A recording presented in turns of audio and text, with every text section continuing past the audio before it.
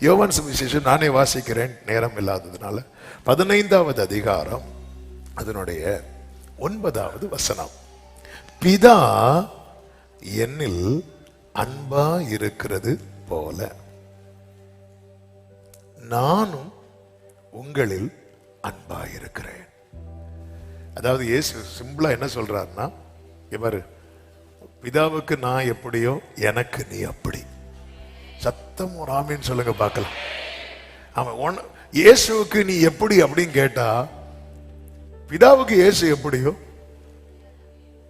ஆமா. உங்க முகத்தை பார்த்தா ஆமா. அதாவது இதுக்கு மேல நீ என்னங்க வேணும்? ஹல்லேலூயா. இதுக்கு மேல என்ன வேணும்? பிதாவுக்கு இயேசு எப்படி, அதை வர்ணிக்க முடியுமா? ஹல்லேலூயா. ஆமென் ஆமென்.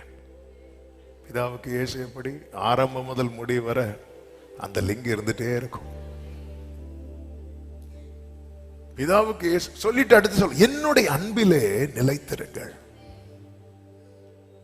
Continue in my love. இந்த அன்பிலே நம்ம நிலைத்திருந்தா மட்டும்தான் நம்மிலே இந்த அன்பு நிலைத்திருக்கும். நீங்க பிதாவுக்கு பக்கத்துல இருந்து லவ் பண்றதுன்னு ஒண்ணு இருக்கு. ஆனா பிதா ஒரு இடத்துல, குமாரன் இன்னொரு இடத்துல இருந்து லவ் பண்றாங்க பாருங்க.